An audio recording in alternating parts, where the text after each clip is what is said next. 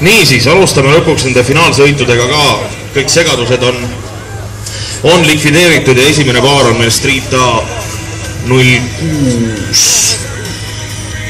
Vaatame kohe, kellega meil siin tegemist on. Lauri Vadi ja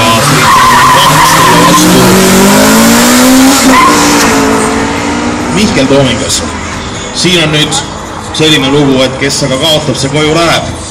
Praegusel hetkel on Mihkel Toomingas küll vähemalt tundub, et paari auto pikkusega ees, aga vaatame kohe. Ilusti jäi indeksisse, parem on rajal 14.1.2.1 ja